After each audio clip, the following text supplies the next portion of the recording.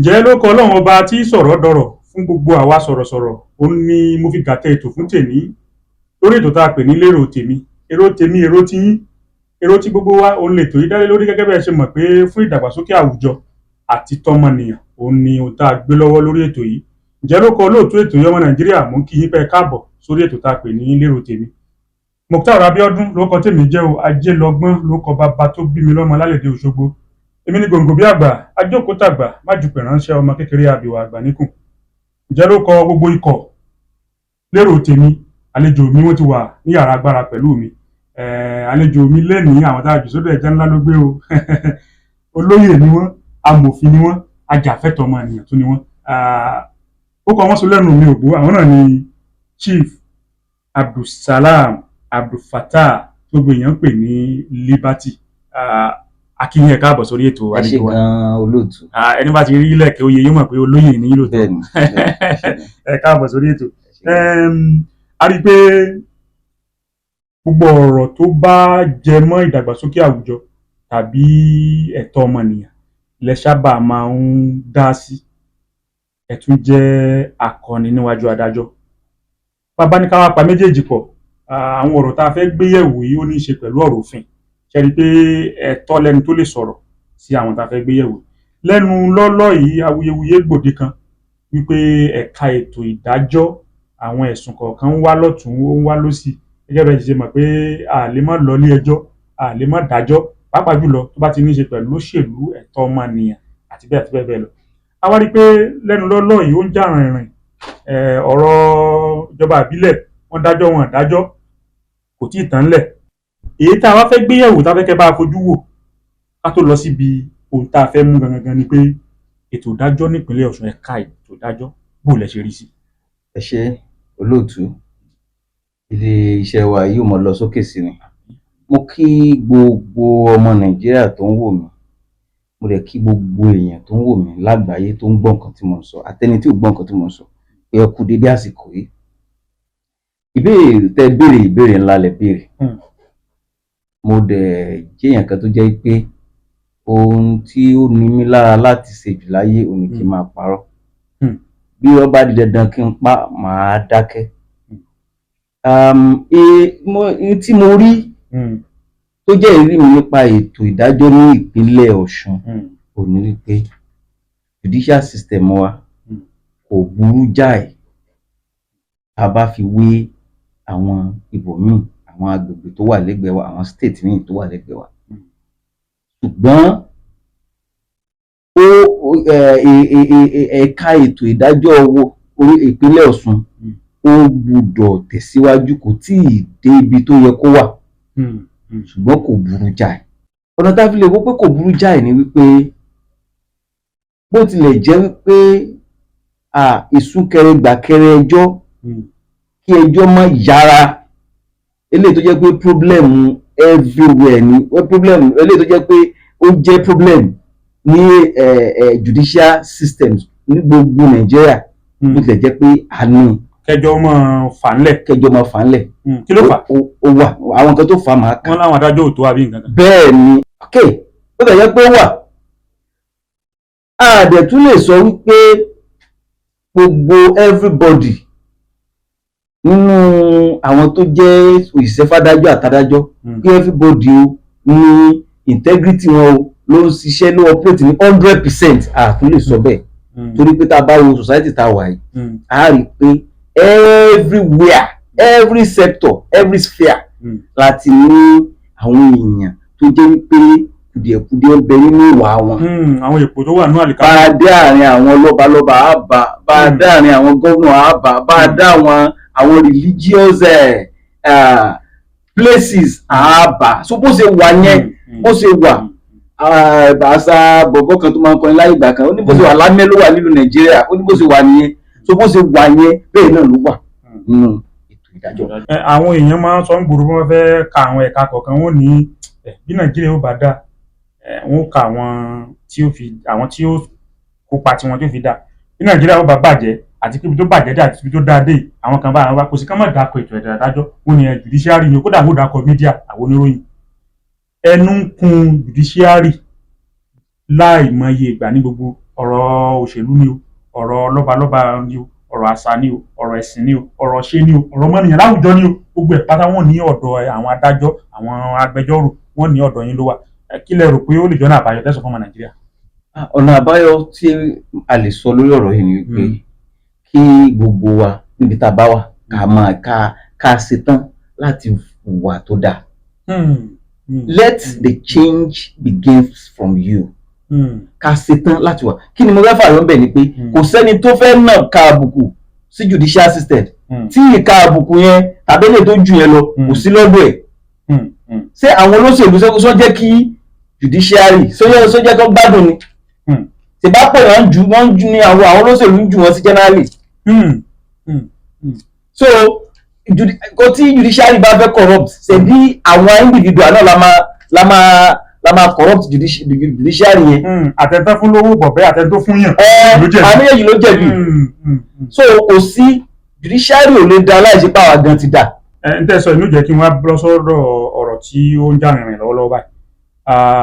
Lórí ẹ̀rọ ayélujára bá ṣe ń sọ̀rọ̀ yìí, ọ̀rọ̀ yẹn ti ń tàn kálẹ̀. Arábìnrin kan tá à ń pè ní Hajia Bintu Raji, ara àwọn tí ó jẹ́ obìnrin ẹlẹ́sìn mùsùlùmí tí wọ́n máa ń ṣe wáàsí, tá máa ń bá àwọn èèyàn sọ̀rọ̀ nípa ọ̀rọ̀ Ọlọ́run ní arábìnrin náà. Wọ́n ló ṣẹlẹ̀ nípínlẹ̀ Ọ̀ṣun láìpẹ́ pé àwọn ọlọ́pàá wọ́n kàn lọ ká mọ́bi tí ó wà, wọ́n sì gbé ní àpáǹyáká, wọ́n sì gbé lọ ilé ẹjọ́, láti ilé ẹjọ́ wọ́n sì ní ó yá ẹ lọ máa gbé lọ sí rìmáǹdì láti bẹ̀ lọ. Àwọn èèyàn wá ń sọ pé báwọn ọlọ́pàá ṣe kinní wọn ló kù díẹ̀ káàtó pé wọn ò fẹ́ mú fínlẹ̀ dáadáa. Wọ́n ní wọ́n bá tí ò yẹ kán bá nú ẹrù rẹ̀, wọ́n ní ó ṣe léyìí ó ṣe tọ̀hún. A tún wá gbọ́ pé ilé ẹjọ́ tó ń gbé lọ magistrate náà gbé lọ ní ìpínlẹ̀ Ọ̀ṣun. Wọ́n ní adájọ́ tó wà ńbẹ̀ magistrate Ayílára, wọ́n ní wọn ò ṣe bó ṣe yẹ kán ṣe. Àwọn tá à ń gbọ́ nù nígboro ayé.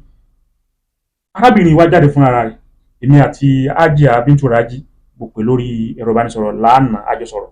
Ó ní ẹjọ́ ti wà ní ẹjọ́ o, òun ò lè sọ púpọ̀ nú ẹ̀ pé ṣùgbọ́n tóun ti sọ tóun fi sórí ẹ̀rọ ayélujára àwọn ká lọ máa lò.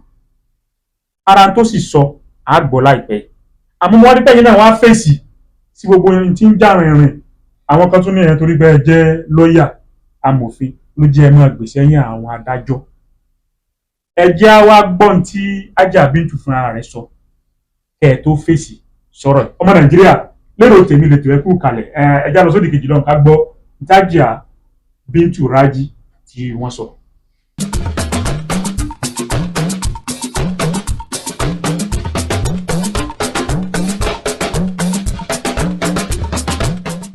A'udhu billahi minash shaitani rajim. Bismillahir rahmanir rahim. Ó kí gbogbo ẹ̀yin olùgbọ́ mi, gbogbo ẹ̀yin olùwòran mi pátápátá níbikíbi tẹ́ ẹ bá ti ń wò mí. Èmi ọmọ yín náà ní orúkọ mi ò yí padà, Bintu Raji. Ó kí yín ní kíkí ọlá tá a mọ̀ fi kíra lọ́jọ́ gbéde alkiyama. Kíkí assalamu alaikum wa rahmatullahi wa barakatuhum. Initially, mi ò ní intention láti sọ anything nípa nǹkan tó ṣẹlẹ̀ sí mi recently. Ṣùgbọ́n ní last week, Alájà Mewolaka kọ́lọ́n bá mi ṣe dáadáa fún wọn. Mi mọ̀ bí tí wọ́n ti gbọ́ ọ̀rọ̀ yẹn. Ṣùgbọ́n ìtara abiyamọ ṣe wọ́n. Wọ́n wá gbé wá sí online. Mo wá ti ń rí oríṣiríṣi videos ní after àgbà yẹn. Ó fọwọ́ lérán torí pé òye làgbà ń rò. Mi mẹ́jọ rò wàláhì tàláhì. Lẹ́yìn kí n ṣe wáàsí tí mo bá sọ̀rọ̀ Ọlọ́run bá fún yín. Ẹ mọ̀ pé Ọlọ́run bá ń bẹ lára mi. Àti pé bó jẹ́ èèyàn méjì àbí mẹ́ta kò sí kí n mọ̀ rẹ̀ tí ó fẹ́ràn mi online kí wá mọ sọ̀rọ̀ nǹkan bẹ́ẹ̀ fáwọn olólùfẹ́ mi. Èyí tínú rẹ̀ ò ní dùn sí i ló pọ̀ nítorí pé wọ́n ṣe aburú fún mi o. Ṣùgbọ́n mo dúpẹ́ Ọlọ́run òjò bà mí. Àti pé àwọn olólùfẹ́ mi tó mọ̀ mí dáadáa, àwọn ẹni tí wọ́n bá mi ṣe, wọ́n ní ìdí mi láti rojọ́ torí pé wọ́n mọ̀ mí, wọ́n mọ ìwà tí mo lè wò. Ẹni tí ò tún wá mọ̀ mí náà lókèrè tó ń fẹ́ kí n rojọ́, tí mo bá rò tán náà ọ lè mọ́ gbọ́yè. Lẹ́yìn ká máa bẹ̀ Ọlọ́run pé gbogbo ẹ̀yin tẹ́ ń rí wa pẹ̀lú nǹkan tẹ́ ń gbọ́ nípa wa, tẹ́ fi ń judge wa, tẹ́ ń wò wá bí aláburú bí aláìdá, a mọ̀ bí Ọlọ́run ọba ni kó já rí dáadáa tó fi rán wa ṣe dọ́dọ̀ yín kẹ́ fi mọ̀ pé ní ire ni wá. Ọ̀rọ̀ náà ṣẹlẹ̀ ó pọ̀ gan-an ṣùgbọ́n mo dúpẹ́ fún Ọlọ́run ọba. inna kulla shay'in khalaqnahu biqadar. Wàláì ó ti wà nú àkọọ́lẹ̀. In tí ó bá ṣe ẹ̀dá kò ní má ṣe ẹ̀dá. Kábíyèsí rẹ̀ Ọlọ́run Ọba tí ó gbé ẹ̀dá lọ bí tí ò fẹ́ rè, tí ó jẹ́ kí nǹkan tẹ́dá ọ̀rọ̀ bó lè ṣẹlẹ̀ sóun láyé tí ò ní kó ṣẹlẹ̀ sẹ́dá kó bá lè rọ́gbọ́n kọ́, nítorí tó bá ṣẹlẹ̀ sẹ́lòmíì náà kó mọ bí ó ṣe kọ́ wọn. Mo wá rí fídíò Ìyálájé courtroom, kọ́lọ́mọṣà ṣe dáadáa fáwọn náà. Ṣé mọ̀ pé tí abiyamọ bá ní ọmọ tó ń ṣe dáadáa tàbí tó bá fẹ́ jèrè àwọn ọmọ rẹ̀, tó bá rírò nǹkan tí wọ́n ṣe fún mi, subhanallah, yóò pariwo, yóò ké, ara rẹ̀ ó gbóná. Mo lérò pé nǹkan tí ó ń ṣe wọ́n nìyẹn, ṣùgbọ́n mo gbọ́ àwọn kankan nínú fídíò yẹn tó jẹ́ pé tí mi ò bá clarify, èmi gan ò ní lè sùn. Ṣé rí àwọn ọlọ́pàá tí wọ́n mú mi, nǹkan tí wọ́n ṣe fún mi dùn mí, nítorí pé wọ́n invite mi o, wọ́n pè mí lórí fóònù, ẹ wá mú mi gidi gan, gbirigbirigbiri ó di san 11, gbirigbirigbiri ó di court, ẹ sì gba fóònù mi, ẹ jẹ́ ń pe lọ́yà mi kò dáa, ẹ sì ti investigate, ṣùgbọ́n yìí bá yín wí nítorí ẹni tó mẹ́jọ wá bá yín, mo mọ bí ẹnu rẹ̀ ṣe dùn tó, ẹnu yẹn náà ló jẹ mí. Kọ́lọ́run dákun jọ̀ọ́ kó má jẹ́ àsìnrìn. Ṣùgbọ́n magistrate Ayílára yẹn, Ọlọ́run bá mi ṣe dáadáa fún wọn. He is professional at what he does. He is indeed a father. Lawyer complainant kò fẹ́ kí wọ́n release me on bail. George yẹn ló jẹ́ kó yé wọn pé bailable offence ni. Mo wà ń bẹ̀ ńgbà tí George yẹn ń béèrè lọ́wọ́ IPO yẹn pé kí ni wọ́n investigate. Bó ti yẹ kí wọ́n ní fóònù, mo ní fóònù lẹ investigate àbí mi gbọ́ dáadáa ni. Anyway, já máa wòran. Magistrate yẹn ní agbára débi kó má sign bail mi o, torí pé àti already mú weekend lọ. Ṣùgbọ́n síbẹ̀síbẹ̀ we perfected everything and it worked out according to law. Ẹ wo, ọ̀rọ̀ tó bá ti wà nílé ẹjọ́ èèyàn ò kí ń sọ̀rọ̀ púpọ̀ lórí ẹ̀, but I need to do this clarification torí pé ọkàn mi gan ṣàdúrà fún George yẹn látọjọ́ yẹn. Tí wọ́n bá compromise, tí wọ́n bá ṣe ẹjọ́ tó tẹ́ mi lọ́rùn, èmi fúnra mi ni màá pariwo, màá kégbe sáráyé pé gbogbo ẹ̀rí mi nìyí, ó tún dá mi lẹ́bi. Ṣùgbọ́n mi ò rò bóyá irú èèyàn bẹ́ẹ̀ ni George yẹn o.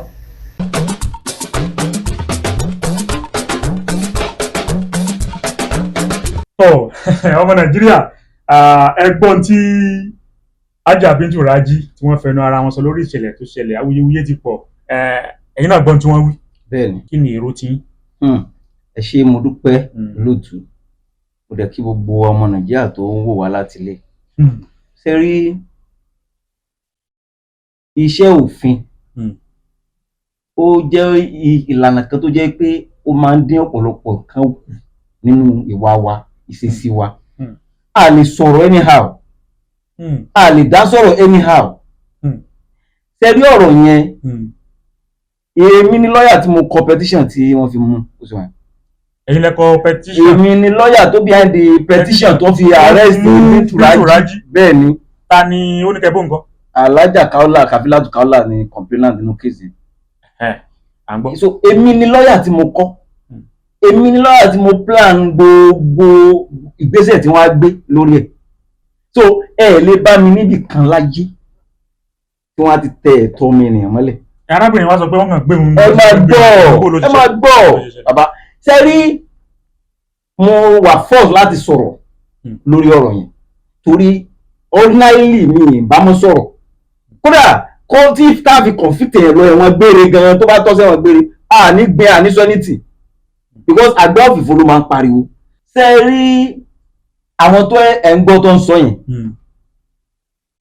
wọn ò mọ̀fin ni, wọn ò mọ̀fin. Ó ní wọ́n gba fóònù lọ́wọ́ wọn. Ẹ máa gbọ́, ẹ máa gbọ́, wọn ò mọ̀fin ni. Ẹ ṣe. Ṣé rí bí ọlọ́pàá ṣe máa arrest yẹn, bí ọlọ́pàá ṣe máa gbéyàn débi tí wọ́n á ti complete investigation wọn àbí tí wọ́n á ti further investigation wọn.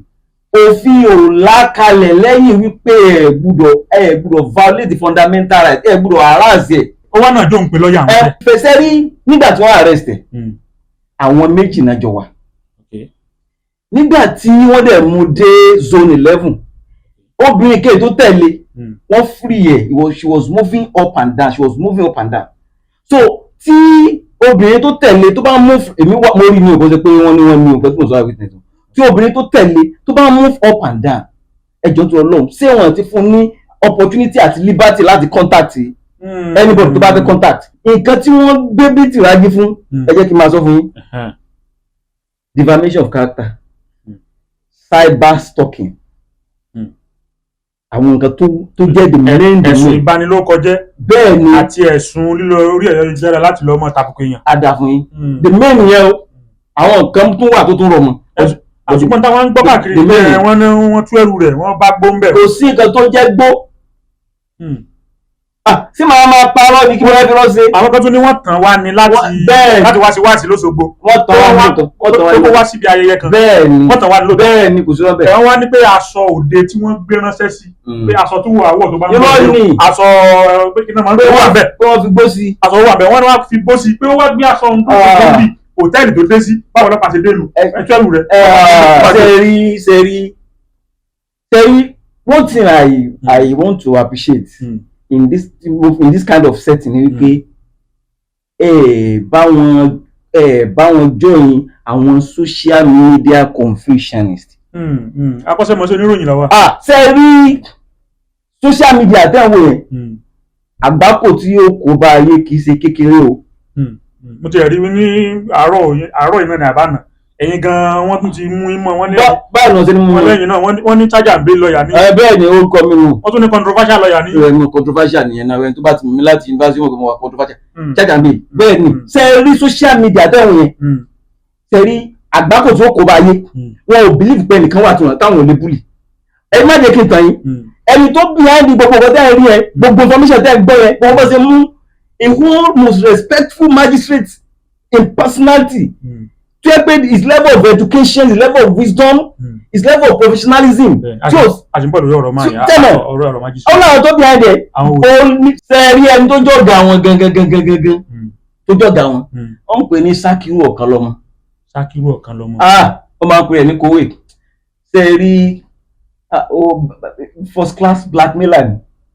ẹ̀sùn tó lágbára lẹ́fí nǹkan yìí tó ṣe kó má jẹ́ pé ìnáwó fẹ́ kó sínú rẹ̀. mo ń sẹ́ ẹ̀gbọ́n tí mo sọ sẹ́mọ̀ petition tó ti wà against ẹ̀ bó ti wà. ọlọ́dẹ ṣe wá mòfin ní. petition tó ti wà against ẹ̀ yóò tó mẹ́wàá.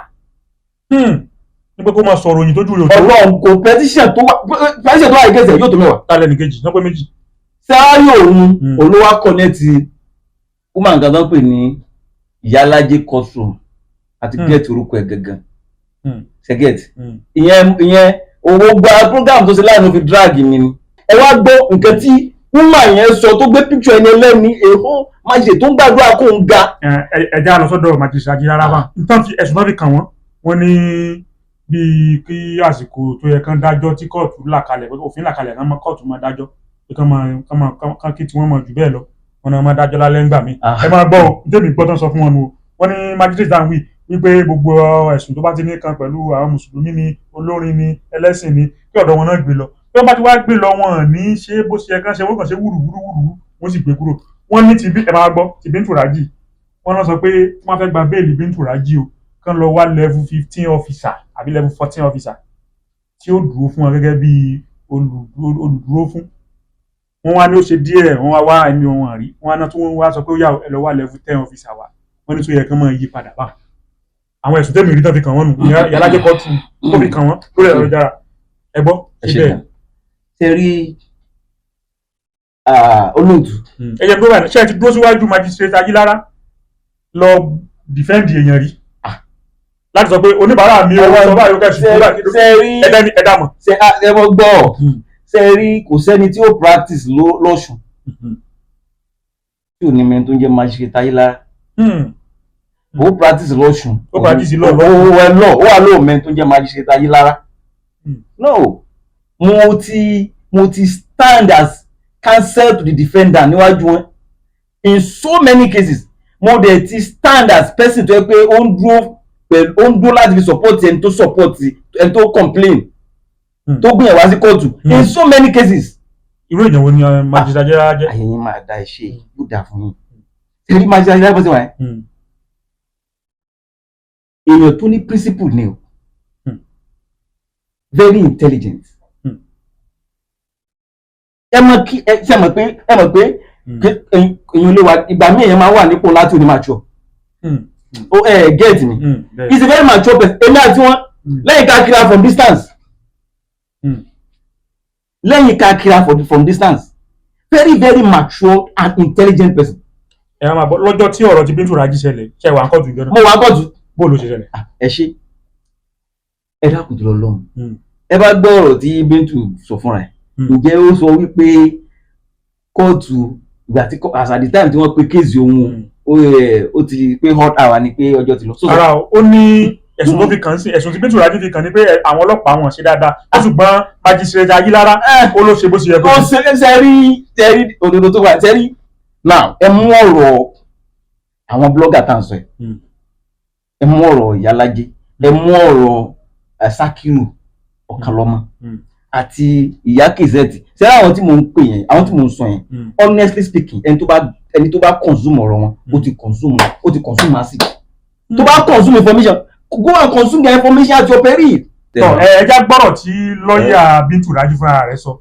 Bintu Raji mo bá sọ̀rọ̀, mo pè lórí aago, ó bá wa sọ̀rọ̀. Ẹja gbọ́ ọ̀rọ̀ látẹnu lọ́ọ̀yà Bintu Raji. Ó kọ lọ́ọ̀yà Bintu Raji, òun náà ni amòfin Kẹ́hìndé Azeez Adépọ̀jù. Ó yá ẹja gbọ́ ọmọ Nàìjíríà lérò tèmi lètò ẹ kú kalẹ̀. Ẹ ṣé púpọ̀. Orúkọ tèmi ni Kẹ́hìndé Azeez Adépọ̀jù. Èmi ni mo jẹ́ agbẹjọ́rò tó dúró fún Bintu Raji lọ́jọ́ tó ń gbé wá sí court. Èmi kan náà ni mo dẹ̀ apply fún bẹ́ẹ̀lẹ̀ tí ilé ẹjọ́ dẹ̀ kọ̀ sí wa lọ́dún fún ní bẹ́ẹ̀lẹ̀. Ìjọ lójú tó péye ni pé nígbà tí mò ń gbọ́ lórí social media pé adájọ́ àti àwọn ọlọ́pàá wọ́n pàdé àpòpọ̀ láti fìyà jẹ Bintu Raji. Ṣé mọ̀ pé gbogbo nǹkan ló ní sísẹ̀ntẹ̀lé? Tí wọ́n bá gbé wọn yìn wá sí ilé ẹjọ́ ní ọjọ́ àkọ́tọ́ máa gbé wá tí wọ́n pè ní day of arraignment. Ní tí wọ́n bá gbé wá sí iwájú ilé ẹjọ́ máa sọ̀rọ̀ lé lórí. Kí náà dẹ̀ gbé wá sí ilé ẹjọ́ lọ́jọ́ yẹn? Wọ́n ní Bintu Raji ó fẹ́ ṣekú pa, ó wà tẹ̀bí láti pa Alhaja Kaola. Wọ́n dẹ̀ ní ó tún fi ìhòòhò ẹ̀ hàn ní hòtẹ́ẹ̀lì kan l'Óṣogbo tí táwọn ọlọ́pàá kọ sínú charge nìyẹn. Wọ́n dẹ̀ ti fún ilé ẹjọ́ ní jurisdiction. Ìtumọ̀ ẹ̀ tí wọ́n pé nígbà tí ẹ ti kọ Òṣogbo síbi charge tádájọ́ kì í ṣe ọlọ́pàá ní tí wọ́n bá gbé wá sí iwájú adájọ́ náà ló máa sọ̀rọ̀ lórí. Òṣogbo náà ti kọ́ sí adájọ́ ti assume pé Òṣogbo ni ìṣẹ̀lẹ̀ ti ṣẹlẹ̀. Àwọn ọlọ́pàá ló dàbí ẹni pé wọ́n fẹ́ compromise láti nípa pé kò Òṣogbo sí torí adájọ́ tèmi mọ̀ tí wọ́n bá gbèrú charge bẹ́ẹ̀ tí wọ́n máa kọ ìlú mi sí bóyá kódà kó jẹ́ Ọ̀ṣun bí kó jẹ́ Ìkìrun ni kó jẹ́ Ìkirè ni adájọ́ dá padà pé òun ò ní jurisdiction ká gbé lọ sí ibi tí ìṣẹ̀lẹ̀ yẹn ṣe kí ni o tó ti ṣẹlẹ̀. Bẹ́ẹ̀ tí lè tí wọ́n mú wá yìí èmi náà ní charge tèmi náà lọ́wọ́ gẹ́gẹ́ bí agbẹjọ́rò tó dúró fún Bintu Raji lọ́jọ́ yẹn. Kí tí wọ́n kọ́ ni pé Òṣogbo ni ìṣẹ̀lẹ̀ ti ṣẹlẹ̀. Ilé ẹjọ́ dẹ̀ wà l'Óṣogbo túmọ̀ sí pé ilé ẹjọ́ ní jurisdiction láti gbọ́ ilé tí adájọ́ fi jókòó lórí ọ̀rọ̀ yẹn. Ìjókòó tó ń dẹ̀ jókòó ní tí wọ́n máa béèrè ní ọjọ́ àkọ́kọ́ tó máa gbé wọn àti ilé ẹjọ́ tó ń gbé day of arraignment náà ni pé ó béèrè lọ́wọ́ ẹ̀ ìwọ tó ń gbé wá sí ilé ẹjọ́ tó jẹ́ olùjẹ́jọ́ kí ni ẹ̀sùn tó ń fi kẹ́ni wọ́n kà sí létí ó jẹ̀bi àbó jẹ̀bi. Tó bá ní òun jẹ̀bi ilé ẹjọ́ adájọ́ lọ́ọ̀yà rẹ̀ ó máa dé láti gba béèlì ẹ̀. Bẹ́ẹ̀ tó bá lóun jẹ̀bi ilé ẹjọ́ dá ẹjọ́ ní sísẹ̀ntẹ̀lé lọ́jọ́ náà. Ṣùgbọ́n Bintu Raji ní òun jẹ̀bi.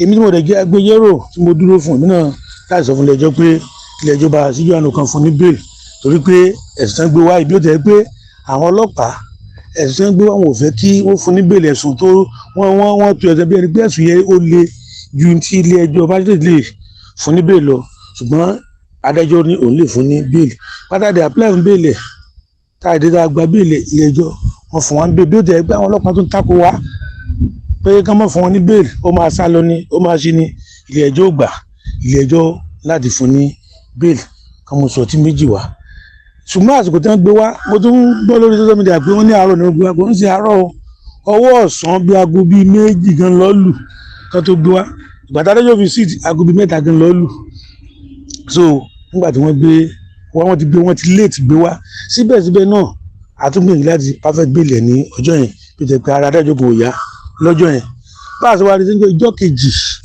adájọ́ torí ẹ̀ ládájọ́ fi wá adájọ́ fẹ́ sí ti ọjọ́ yẹn torí pé ara wọn ò yá wọ́n dẹ̀ àdè perfect bail arábìnrin yẹn gbé wọ́n dẹ̀ lọ mú ní ọjọ́ náà but àwọn bloggers wa kódà kò lèmi fi ń sọ̀rọ̀ lórí social media lọ títí because ọ̀tọ̀ ní tẹ̀ máa sọ ọ̀tọ̀ ní tẹ̀ máa sọ ní tí ò sẹ́ lójú wọn ní aago 8 ní adájọ́ sí ti ní o aago àárọ̀ ní o ó kọ láì pẹ̀lú àwọn ọlọ́pàá nínú o adájọ́ tí à ń sọ yìí ó ní CM1 tó ní olórí gbogbo àwọn adájọ́ Ọ̀ṣun gbogbo kéde máa ti gbé wá Òṣogbo iwájú adájọ́ ló kọ́ máa dé sí kó tó di kí wọ́n ṣe kí ni o wọ́n ṣe mọ̀ fún order court mẹ́ta ti gbé wá sí iwájú ẹ̀ tí wọ́n pín sí order court wọ́n pín sí ìyẹn nìkan táwọn dẹ̀ jókòó lé lórí wọ́n fún wa ní bail tí wọ́n bá fún wa ní bail gan discretion court ni ilé ẹjọ́ lè decide kó mọ̀ fún wa ní bail bẹ̀ tí wọ́n fún wa sínú wa dẹ̀ dùn dé gbé arábìnrin yìí gan inú tí wọ́n gan dùn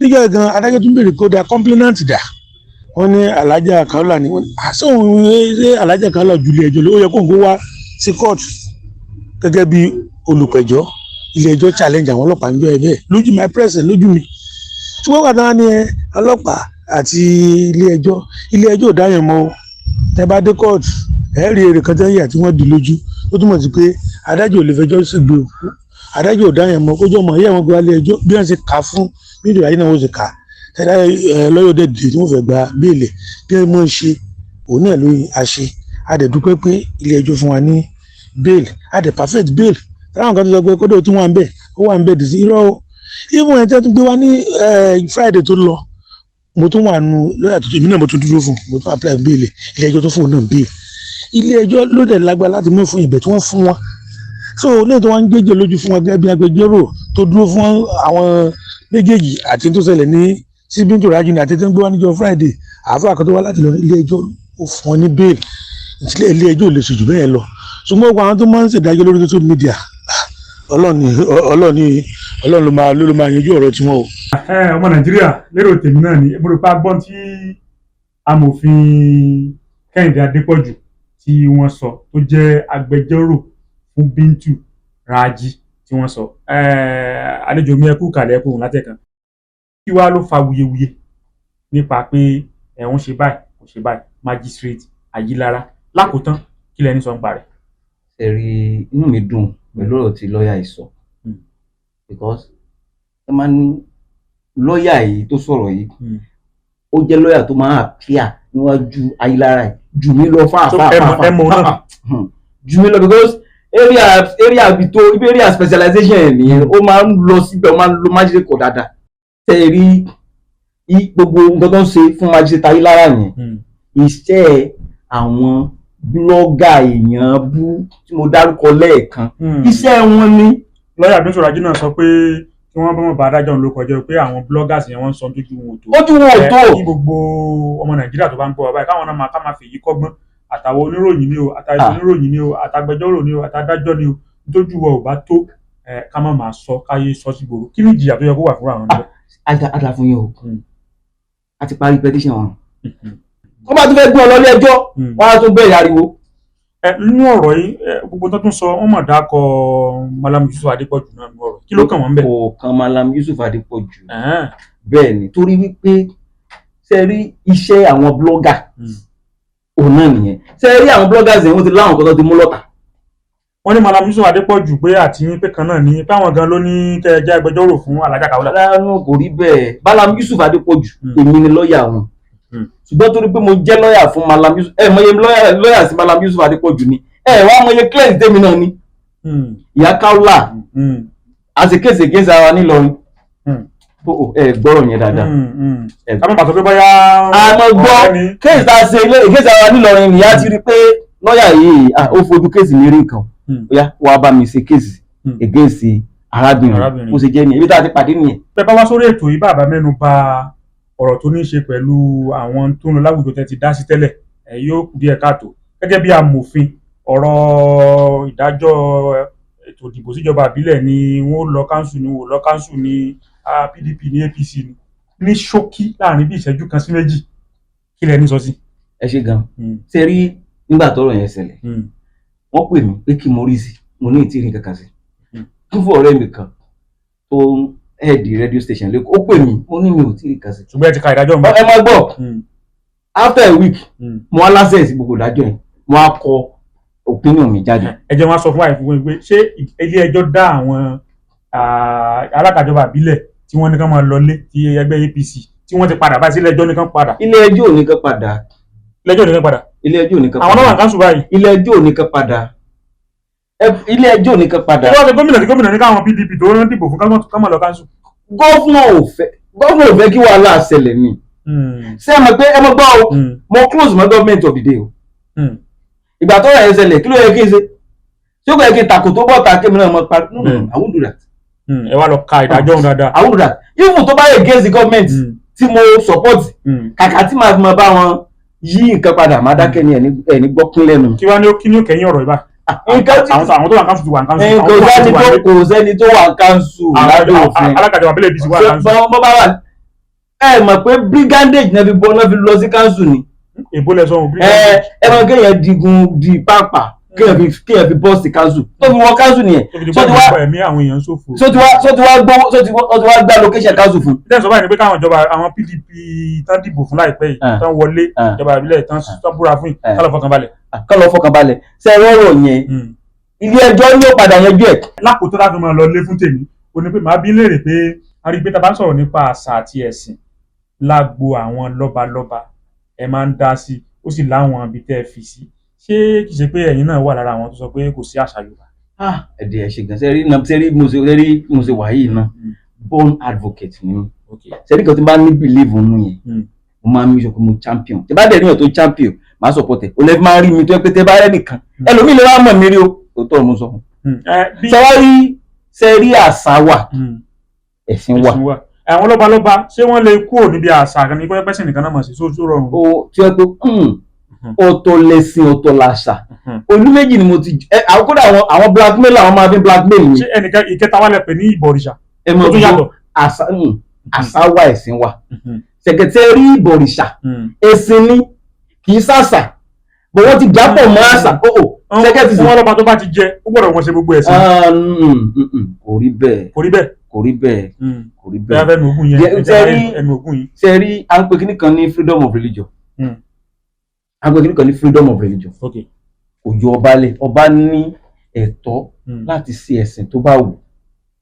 kódà ní sẹ́rí àwọn ọba tẹ́rì pé wọ́n ṣe ẹbọlé nílẹ̀ Yorùbá gangan a ṣe òsàlẹ̀ àbò ìsàlẹ̀ àbí ọ̀nì choice ni. ẹ ti wá jáde sí bọ̀m̀bọ̀rí tẹ ní ntọ́ba Olúwo sọ nípa pé ẹ má bọ́ ọ̀sà mọ́ o Ọlọ́run ọba ẹyọ kan ní ẹja máa sìn àwa kábíyèsí lọ́balọ́ba àrólé Olódùà ní lórí ilẹ̀ o àwọn èèyàn sọ pé àti lọ́balọ́ba o àtàwọn èèyàn Yorùbá o wọ́n ní tí kábíyèsí sọ kú díẹ̀ káàtó gbẹ̀yìn jáde sí bọ̀m̀bọ̀rí ní tí kábíyèsí sọ ló dà. ẹjọ́ báwo ni ó ṣe sọ pé tí kábíyèsí sọ kú díẹ̀ káàtó. nígbà gbogbo èèyàn ń mú wọn. ẹ dákun ẹ mọ̀ gbọ́ o sẹ́rí tí kábíyèsí yẹn ń ṣe òun náà ń pè ní classical approach. kábíyèsí wo. Olúwo ọ̀fìwò ọba Abdulrasheed Àkànbí Tẹlúwàn nǹkan tó gbé wáyà òun náà ń pè ní classical approach.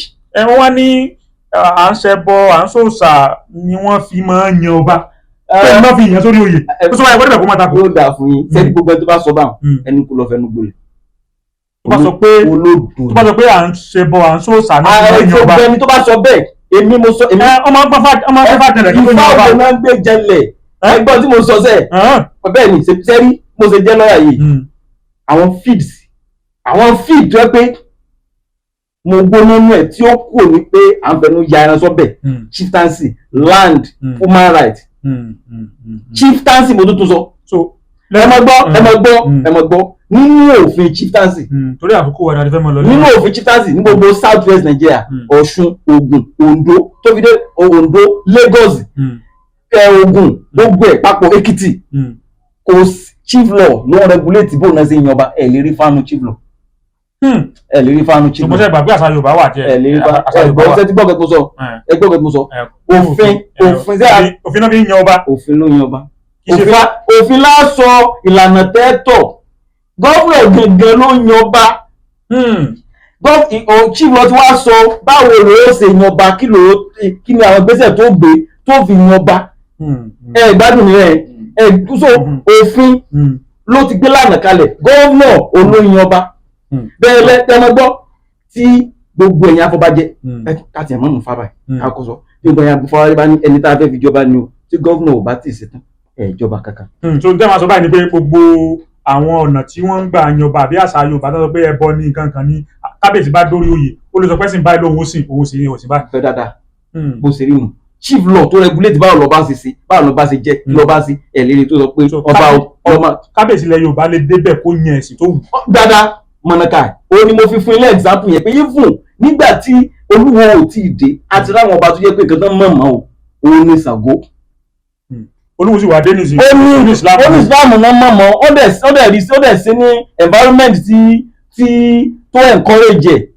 gbogbo àwọn ọ̀pọ̀lọpọ̀ lọ́ba tako. nígbà tí wọ́n mọ̀ tán sí sọ́mọ tán sí ni ọ̀pọ̀lọpọ̀ ilẹ̀ ìlú ọkọ náà ti fẹ́ tà tán ni ìyàwó kan náà gbà ni. àwọn orí adé lẹ́yìn sọ̀rọ̀ sí. ṣe ẹlọ́wádìí kan tí mo sọ. ṣèbí sẹ́rí right activist ni tó bá débi òdodo ìwò kò ń wo lẹ́nu. tọ́ ẹ ṣeun o àlejò mi látẹ̀kan ẹ rí pé àwọn dájú sódò lẹ́nu ẹja ńlá ló gbé o àwọn náà ni olóyè Abdulsalam Abdulfatah Liberty tí wọ́n jẹ́ ajàfẹ́tọ̀ọ́ ọmọnìyàn wọ́n jẹ́ amòfin wọ́n sì tún jẹ́ òǹwòye àwùjọ ẹ kú òun látẹ̀kan pápá pé ìjọ mi ṣe dá wa lóhùn. àti mọ̀ra ti pẹ́. tọ́ so nǹkan tí ó wà náà ni kí ni iṣẹ́ yìí kó máa lọ sókè you are doing very very great. thank you sir ẹ ṣé gan. adẹ̀fẹ́ gba gbogbo èèyàn níyànjú oníṣẹ́ ọwọ́ oní business ni àwọn politicians ni kí wọ́n gbìyànjú láti wá máa mú ìdàgbàsókè wá síbi kán máa tap nígbà tó dẹ̀ máa mú wá síbi báyìí. Ọ̀ṣun Reporters very promising place and it's good that we have this kind of arena in Osun State. ẹ ṣé gan akínyẹn kó òun látẹ̀kan jẹ́ ló kọ alámòjútó ètò yìí àti gbogbo ikọ̀ lérò tèmi alámòjútó ètò yìí Babátúndé Rájí ọwọ́ rẹ̀ àmúlélé o àkàndò ní mú ọ lọ́wọ́ láṣẹ Èdùmàrè arábìnrin Lady Brass àti pátápátá ọmọ Bọ́láńlé Jamiu àti ọmọ ọkọ Hasan Abdullah akínyìn ẹkú ohun akínyìn owó yín àmúlélé o àkàndò níbẹ̀yìn náà lọ́wọ́ láṣẹ Èdùmàrè jẹ́ títí ìgbà mìíràn tó máa pàdé ẹ mẹ́jà gbà wípé màláíkà apá ọ̀tún áńgẹ́lì apá òsì wọn ń kọ́ṣẹ́ mi àti ẹlẹ́wọ̀ ẹjá ṣe rere tó rà ń bọ̀ wá jábọ̀ Olódùmarè ọba tó dá wa ń jọ kan títí ìgbà mìíràn ọ̀hún Mukhtar Ajélọgbọ́n lórúkọ mi o ẹ kú kalẹ̀.